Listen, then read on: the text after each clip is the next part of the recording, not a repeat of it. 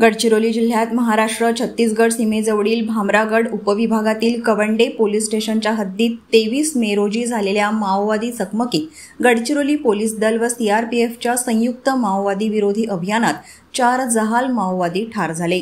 या माओवाद्यांमध्ये 1 दलम कमांडर आणि 3 दलम सदस्यांचा समावेश असून त्यांच्यावर एकत्रितपणे 14 लाख रुपयांचे बक्षीस जाहीर करण्यात आले होते।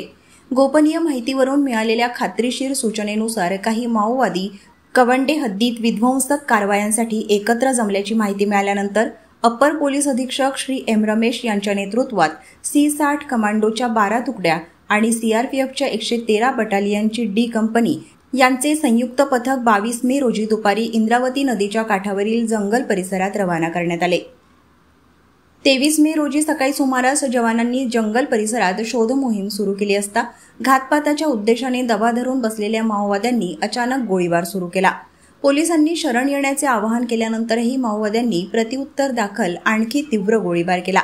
त्यावेळी जवानांनी प्रत्युत्तरादाखल केलेल्या कारवाईत सुमारे 2 तास चाललेल्या चकमकीत 4 माओवादी ठार झाले। चकमकीनंतर घटनास्थळी केलेल्या झडती दरम्यान पोलिसांनी 1 SLR, 2 303 रायफल्स, 1 भरमार बंदूक, वॉकी टॉकी, माओवादी दस्तऐवज आणि दैनंदिन वापराचे साहित्य जप्त केले आहे।